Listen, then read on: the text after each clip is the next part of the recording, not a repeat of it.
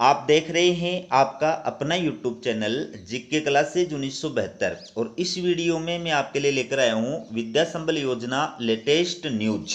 चलिए वीडियो की शुरुआत करते हैं। ये आप देखिए, कांग्रेस सरकार में राजशेष के दिन खोले गए 303 कॉलेजों की रिव्यू रिपोर्ट तैयार।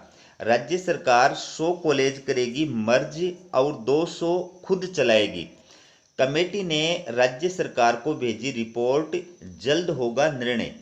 तो दोस्तों ये पूरा वीडियो आपको देखना है। अगर आप स्वयं विद्या संबल योजना से जुड़े हुए हैं या आप मानते हैं कि विद्या संबल योजना के अंदर जो गेस्ट फैकल्टी लगी हुई है वो वास्तव में बढ़िया कार्य कर रही है, योजना अच्छी है, तो आप वीडियो को लाइक करें और चैनल को सब्सक्राइब जरूर करें और हमारा वीडियो का जो लिंक है वो अपने दोस्तों के पास में शेयर जरूर कीजिएगा। तो दोस्तों जैसा कि आपको पता है कि पिछली कांग्रेस सरकार के समय राजशेष यानी राजस्थान कॉलेज एजुकेशन सोसाइटी के तहत शुरू किए गए प्रदेश के 303 कॉलेजों की समीक्षा के लिए भाजपा सरकार ने एक 8 सदस्यीय हाई पावर कमेटी जो है उसका गठन किया गया था। और ये आपको पता ही है कि राजस्थान में सरकार बदलने के बाद ही बीजेपी सरकार ने कांग्रेस सरकार की कुछ योजनाओं की समीक्षा के लिए उनको चिन्हित किया था और उन योजनाओं में राजशेष भी शामिल थी। ठीक है, तो समिति का जो गठन किया गया था वो इस आधार पर किया गया था कि समिति ये समीक्षा करेगी कि इन कॉलेजों के अंदर विद्यार्थियों की संख्या, उस क्षेत्र में कॉलेजों की प्रभावशीलता और नए कॉलेज खोलने के संबंध में राष्ट्रीय शिक्षा नीति 2020 में दिए गए मापदंडों सहित अन्य बिंदु जो है वो किस प्रकार से कार्य कर रहे हैं उनकी समीक्षा करके 30 दिन के अंदर उच्च शिक्षा विभाग को अपनी रिपोर्ट जो है वो प्रदान करेगी। आपको ये भी बता दूं कि इस कमेटी के अंदर कौन कौन शामिल थे। तो दोस्तों वर्धमान महावीर ओपन यूनिवर्सिटी कोटा के कुलपति प्रोफेसर कैलाश सोडानी कमेटी के संयोजक थे। उच्च शिक्षा विभाग के संयुक्त शासन सचिव हर्ष सावन सुखा ये सदस्य सचिव थे। तो इस कमेटी के द्वारा अपनी रिपोर्ट जो है वो प्रदान कर दी गई है। सबसे पहले तो आप रिपोर्ट देखिए, उसके बाद में अपन विस्तार से जो है इसकी चर्चा करेंगे।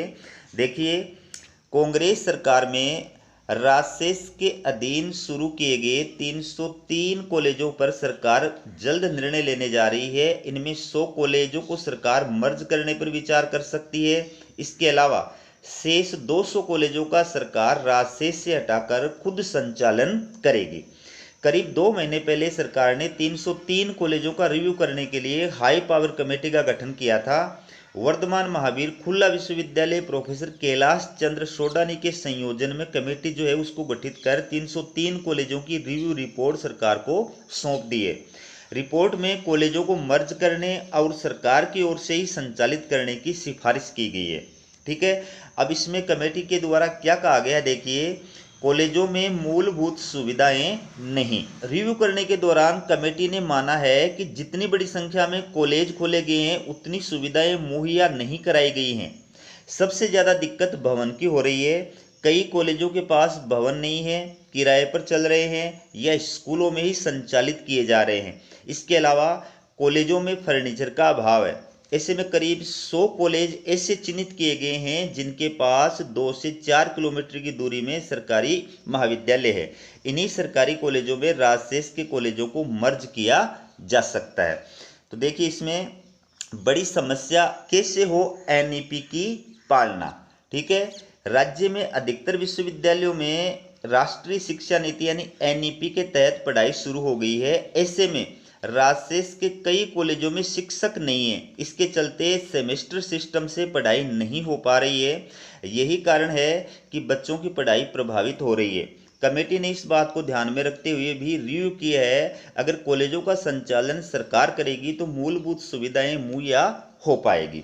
तो ये आपने देखा कि कमेटी के द्वारा जो रिपोर्ट दी गई है उसकी बेसिक बातें यहाँ पर पेपर के अंदर दी गई हैं। यद्यपि मैंने रिपोर्ट नहीं देखी है, लेकिन ये जो न्यूज प्रकाशित हुई है उसके आधार पर अपन इस पर चर्चा करेंगे।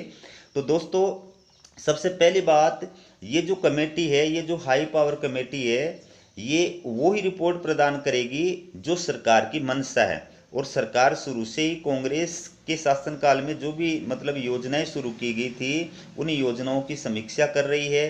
ठीक है, तो उसी के कारण से इस राजशेष सोसाइटी के दिन संचालित महाविद्यालयों के प्रति सरकार का जो रवैया है वो शुरू से ही पूर्वाग्रह और दुराग्रह से प्रेरित रहा है और इसी की तर्ज पर कमेटी ने भी इसी प्रकार की रिपोर्ट जो है वो तैयार की है।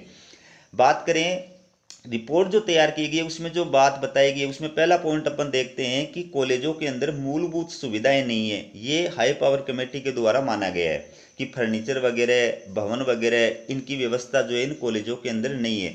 ठीक है, इनकी बात सही हो सकती है, हालांकि पूरी सही नहीं है, क्योंकि सभी कॉलेजों के अंदर लगभग कॉलेजों के अंदर भवन या तो बन चुके हैं या फिर बनने के अंतिम चरण के अंदर हैं। ठीक है, रही बात मूलभूत सुविधाओं की व्यवस्था करने की, तो ये व्यवस्था सरकार को करनी चाहिए।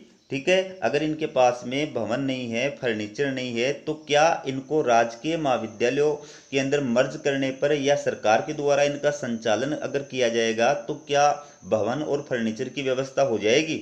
सबसे बड़ी महत्वपूर्ण बात यह है कि अभी सरकार के द्वारा जो बजट प्रस्तुत किया गया था और उस बजट के अंदर 33 नए महाविद्यालय खोले गए हैं जिनके आदेश भी जारी हो चुके हैं, तो उन महाविद्यालयों का संचालन भी राजशेष सोसाइटी के अधीन ही किया जाएगा। तो क्या वो 33 महाविद्यालय हैं उनके भवन बन करके तैयार हो चुके हैं? क्या वहां पर फर्नीचर की पूरी व्यवस्था है? तो जब वो 33 महाविद्यालय फिलहाल उसी प्रकार से संचालित किए जाएंगे जिस प्रकार से ये राजशेष महाविद्यालय संचालित हो रहे हैं, तो फिर कमेटी को ये देखना चाहिए कि पहले की सरकार के द्वारा शुरू किए गए जो महाविद्यालय हैं उनके अंदर ये कमी अगर है तो ये तो वर्तमान सरकार के द्वारा शुरू किए गए जो महाविद्यालय हैं उनके अंदर भी रहेगी। ठीक है, तो ये समस्या जो है वो सरकार के द्वारा निपटी जानी चाहिए, उसको राजशेष से हटा करके सरकार में कर देने से समस्या का समाधान नहीं हो पाएगा। दूसरा जो पॉइंट उठाया गया है कि एनईपी की पालना नहीं हो रही है, सेमेस्टर सिस्टम से पढ़ाई नहीं हो रही है, कॉलेजों में शिक्षक नहीं है। हाई पावर कमेटी शायद इस चीज़ को भूल गई है कि इन कॉलेजों के अंदर, इन राजशेष महाविद्यालयों के अंदर विद्या संबल योजना के तहत गेस्ट फैकल्टी कार्य कर रही है और ये गेस्ट फैकल्टी आरपीएससी से चयनित होकर आने वाले जो अभ्यर्थी है उनसे ज़्यादा एपीआई स्कोर रखती है। उनसे ज़्यादा एपीआई स्कोर वाले लोग, हाई फाई उच्च शिक्षित जो लोग हैं, वो विद्या संबल योजना के तहत इन महाविद्यालयों के अंदर अध्यापन कार्य करा रहे हैं। और मैं आपको ये भी बता दूं कि जो राजकीय महाविद्यालय हैं उनके अंदर निश्चित रूप से क्लासें नहीं लगती होंगी, नहीं लगती हैं। अपवाद स्वरूप अगर क्लास लगती हैं तो वो अलग बात है, लेकिन वहाँ पर जरूर क्लासें नहीं होती है, वहाँ पर जरूर पढ़ाई सुव्यवस्थित तरीके से नहीं होती है। लेकिन राजशेष महाविद्यालयों में विद्या संबल योजना की जो गेस्ट फैकल्टी है वो अपनी पूरी जो है दमखम के साथ में पढ़ाई कराती है, पूरे कालांश उनके जो है संचालित होते हैं। इसलिए आप ये नहीं कह सकते कि राजशेष महाविद्यालयों में शिक्षक नहीं है या फिर वहाँ पर सेमेस्टर सिस्टम के अकॉर्डिंग पढ़ाई नहीं हो रही है। तीसरा जो पॉइंट इनके द्वारा उठाया गया है कि अगर कॉलेजों का संचालन सरकार करेगी तो ये सब कमियां दूर हो जाएगी। तो अगर सरकार की मंशा सही हो तो सरकार इनको राजशेष से हटा करके राजकीय करने के बजाय अगर इनके अंदर फैसिलिटी बढ़ाने की ओर ध्यान दे, ठीक है, तो ये कॉलेजें बढ़िया तरीके से संचालित हो सकते हैं। सरकार को प्रॉब्लम किस चीज़ की है ये पता नहीं, ये समझ में नहीं आ रहा है। एक आरपीएससी से चयनित होकर आने वाला शिक्षक जितना वेतन प्रारंभ के अंदर ले रहा है उतने वेतन में 2 शिक्षक फिलहाल कार्य कर रहे हैं।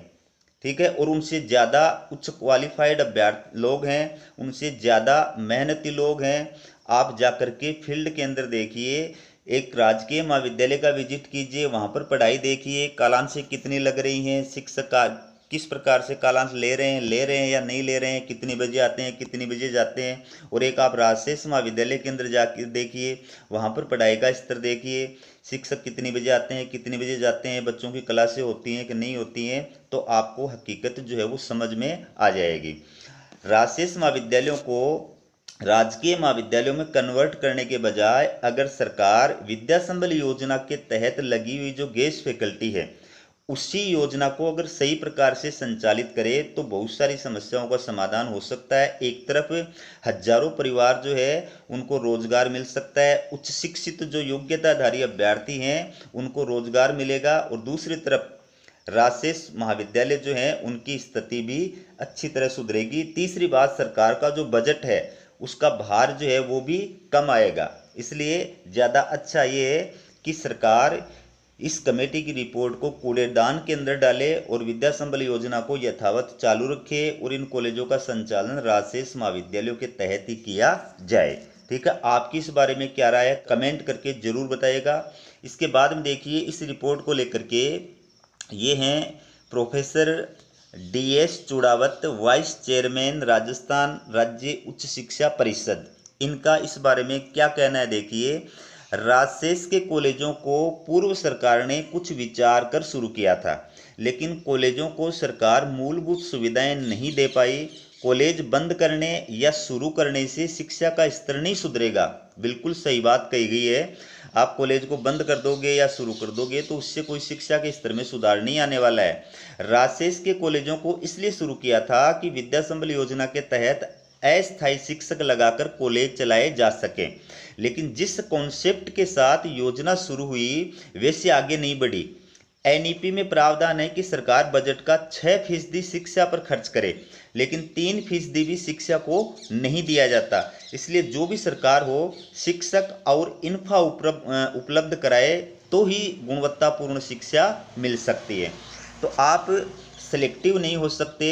अगर आप NEP को पूरी तरह से लागू करना चाहते हैं तो NEP के अंदर तो ये भी प्रावधान है कि प्रत्येक जो सरकार है वो अपने बजट का 6% जो है वो शिक्षा पर खर्च करे। तो क्या राजस्थान सरकार बजट का 6% शिक्षा पर खर्च कर रही है, ये भी देखने की बात है। इसी मुद्दे पर जो है ये है आपके सामने बने सिंह महामंत्री रूकटा, इनका क्या कहना है देखिए। सरकार सिर्फ कॉलेजों को मर्ज करने तक ही सीमित नहीं रहे, प्रदेश में उच्च शिक्षा का हालात बदतर है। अगर सरकार ने कमेटी ने रिव्यू कराया है तो उच्च शिक्षा को बेहतर करने के लिए जो सिफारिश की है उनकी पालना भी कराए। राजनीति के करने के बजाय गुणवत्तापूर्ण शिक्षा उपलब्ध कराई जाए। ठीक है, तो आप इस बारे में क्या विचार रखते हैं कमेंट करके ज़रूर बताइएगा। अगर आपको वीडियो पसंद आया हो तो ज़्यादा से ज़्यादा वीडियो को जो है शेयर करें। हमारा वीडियो देखने के लिए आप सभी का बहुत बहुत धन्यवाद।